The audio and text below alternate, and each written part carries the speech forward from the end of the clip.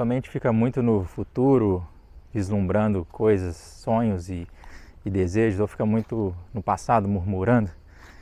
Isso aí são os controles que a gente tem, ou através da ansiedade, né? A gente fica querendo que as coisas aconteçam logo, ou a gente fica num estado depressivo e nostálgico, querendo todo momento voltar, né? Lembrar de alguma coisa, e a gente esquece de ficar justamente no presente, que é o momento onde as coisas acontecem.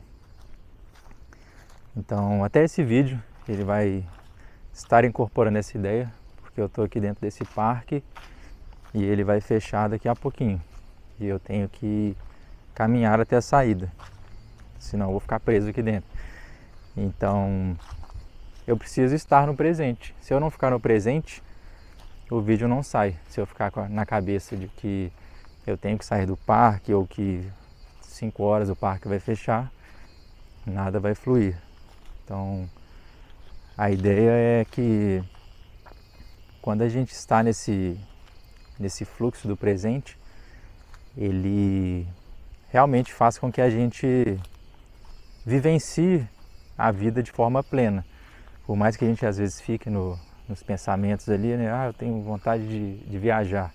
E a gente começa a criar os planos e aí fica aquela sensação gostosa ali, né? Vou viajar para a praia no final do ano.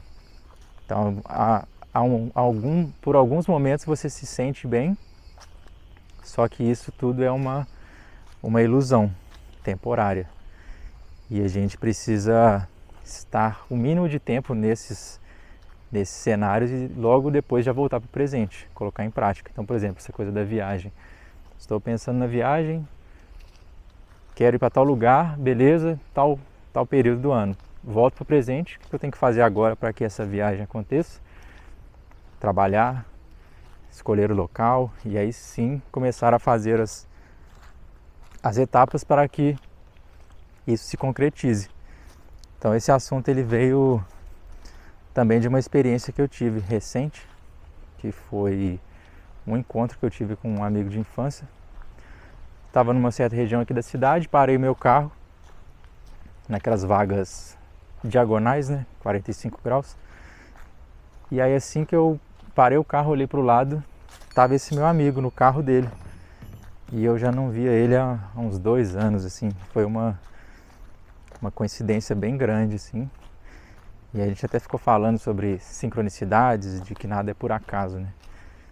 E aí eu relembrei de um momento de infância que a gente tinha, onde nós ficávamos na casa desse amigo e tinha uma área específica da casa, que era uma copa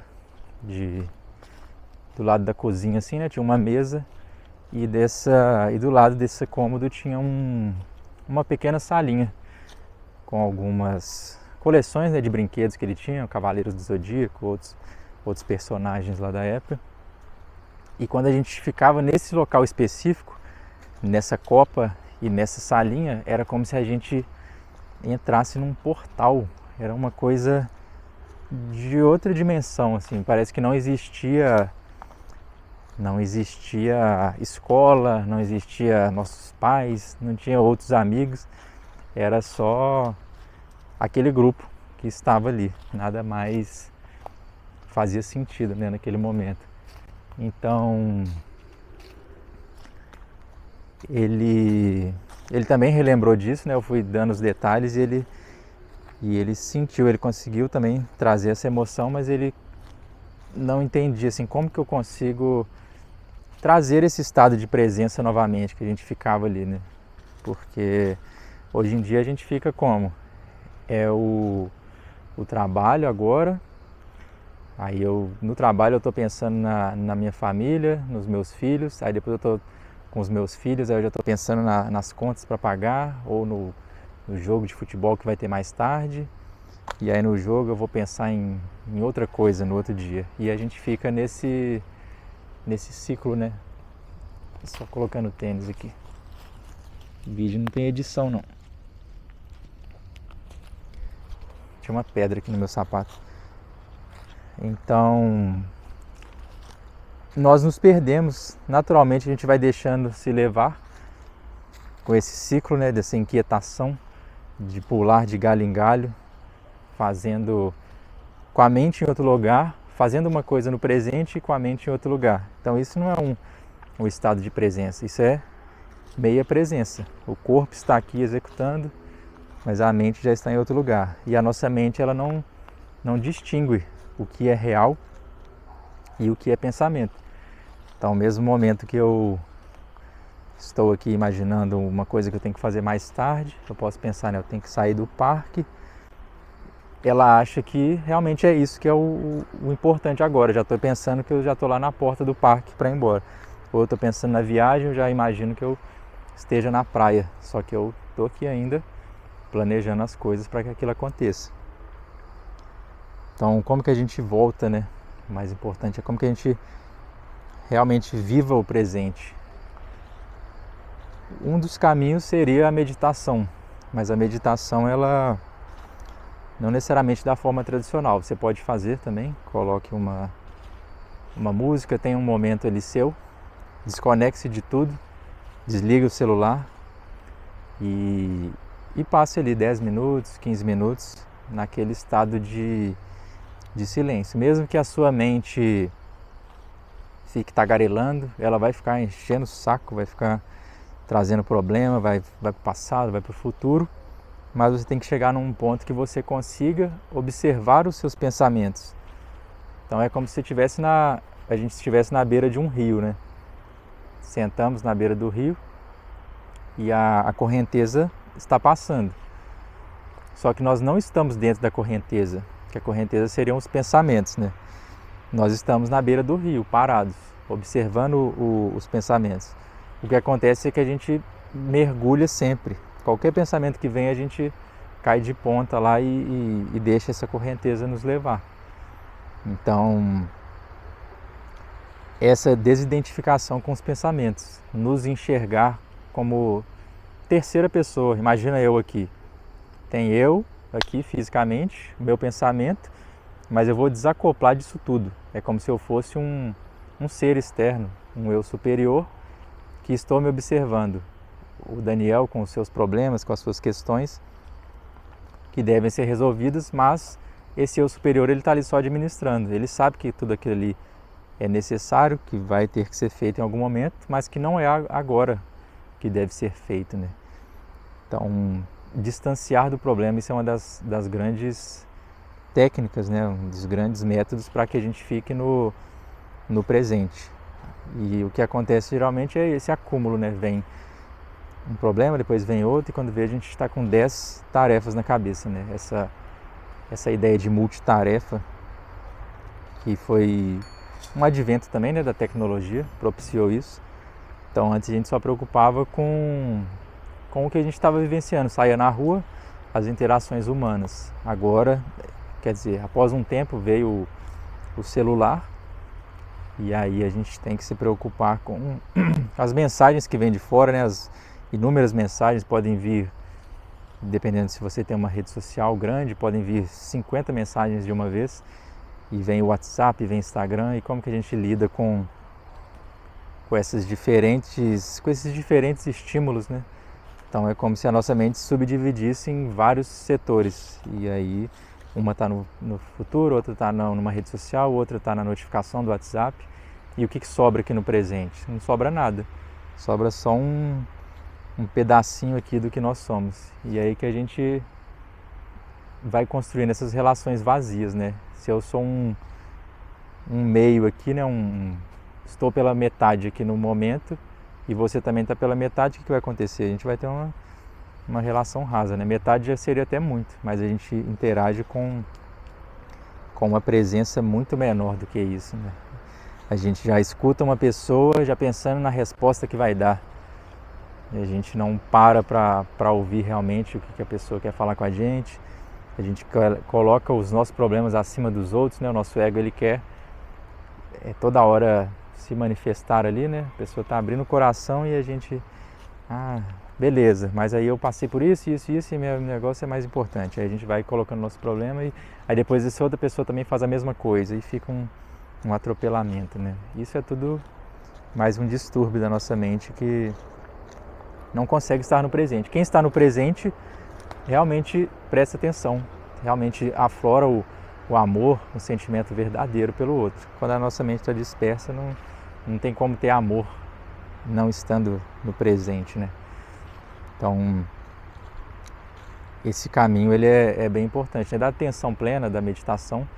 E igual eu falei, né? Não necessariamente pela meditação tradicional, você consegue também pelo dia a dia. Se você, por exemplo, na hora de uma refeição, a gente está comendo, você presta atenção apenas na comida.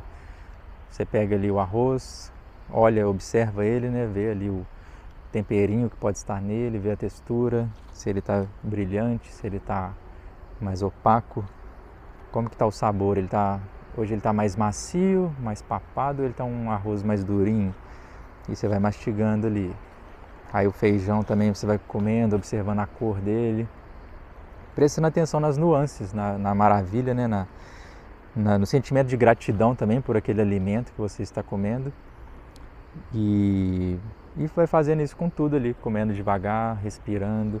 Nessa situação específica não pode ter estímulo, né? Se você está acostumado com televisão, ficar vendo TikTok na hora do almoço, você vai ter que tirar isso aí. Mas é um sacrifício válido, que você vai ver como vai fazer bem para você, né? No início é difícil, o nosso cérebro ele vai buscar, né? Com um cérebro viciado em dopamina, ele quer esse estímulo. Não basta o prazer do alimento, ele ainda quer o prazer do videozinho curto ali, que dá uma sensação gostosa. Então, quando você conseguir desfrutar realmente uma refeição de forma presente, você vai ver como que suas refeições vão se transformar. Você pode estar comendo arroz e feijão só, não precisa ter mais nada no prato. Você vai sentir como é maravilhoso essa experiência, né? Observando, analisando, né, o que é esse nosso aparelho de alimentação, nosso aparelho digestivo, como que tudo isso funciona de uma forma perfeita.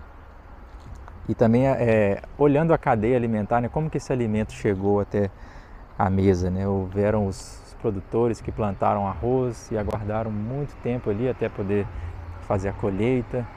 E aí também teve o transporte, né? Os caminhoneiros ali, as pessoas que levaram até a fábrica, depois houve o processamento e aí teve o empacotamento e aí sim chegou no supermercado e aí tiveram os distribuidores ali dos pacotes, né? E depois você tem que passar no caixa e toda essa cadeia completa para que o alimento chegasse. E a gente acaba esquecendo, porque nós não estamos no presente. A gente está pensando só em terminar de comer logo e voltar. Ou comer e esquece a comida e já presta atenção na pessoa que está falando ali no vídeo e outras coisas assim, né? Inclusive você pode até estar comendo agora e assistindo esse vídeo, né? Então, se conseguir fazer só uma coisa, né? Pausa o vídeo, termina de comer, já aproveita e já coloca esse exercício em prática. Porque não adianta nada também, né? A gente ficar consumindo esses vídeos aqui, rodando o YouTube o dia inteiro e não colocar isso na nossa vida, né? O que vale realmente é o que a gente consegue aplicar. Então essa questão da alimentação ela é muito boa e também tudo na vida, né? Contemplar, igual aqui, estou na natureza, eu paro aqui várias vezes, olho a textura de uma folha. Agora já está mais escuro, né? Mas não sei se vai dar para ver alguma coisa aí. A gente observa, né, a textura da folha. Olha a complexidade, né? Tem umas veias aqui da folha onde é distribuído os nutrientes. Aí vai ter um inseto aqui, tem uma aranha, pode pular na minha cabeça aqui a qualquer segundo.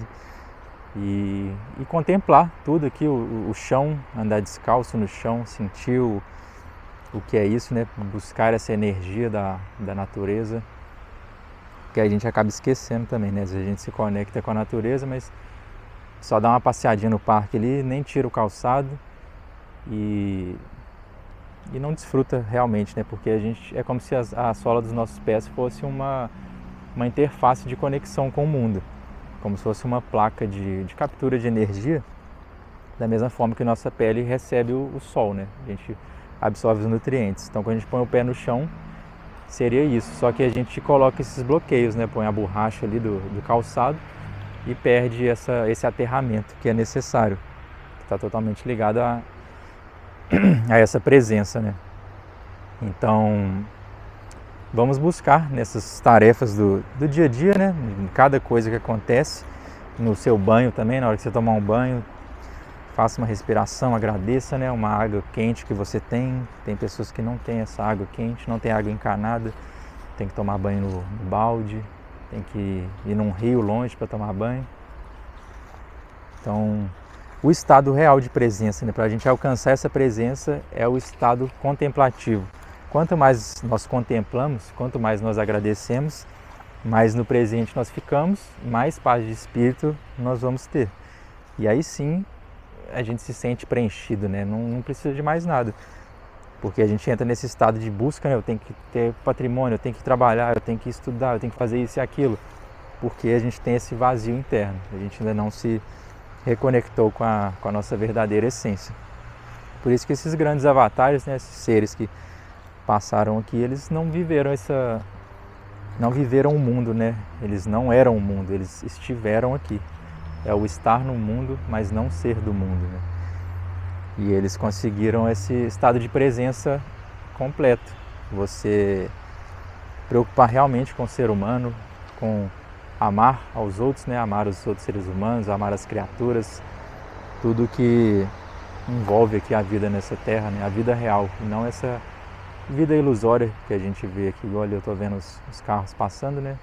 O pessoal está voltando para casa agora, finzinho de tarde, e vai repetir esse mesmo ciclo.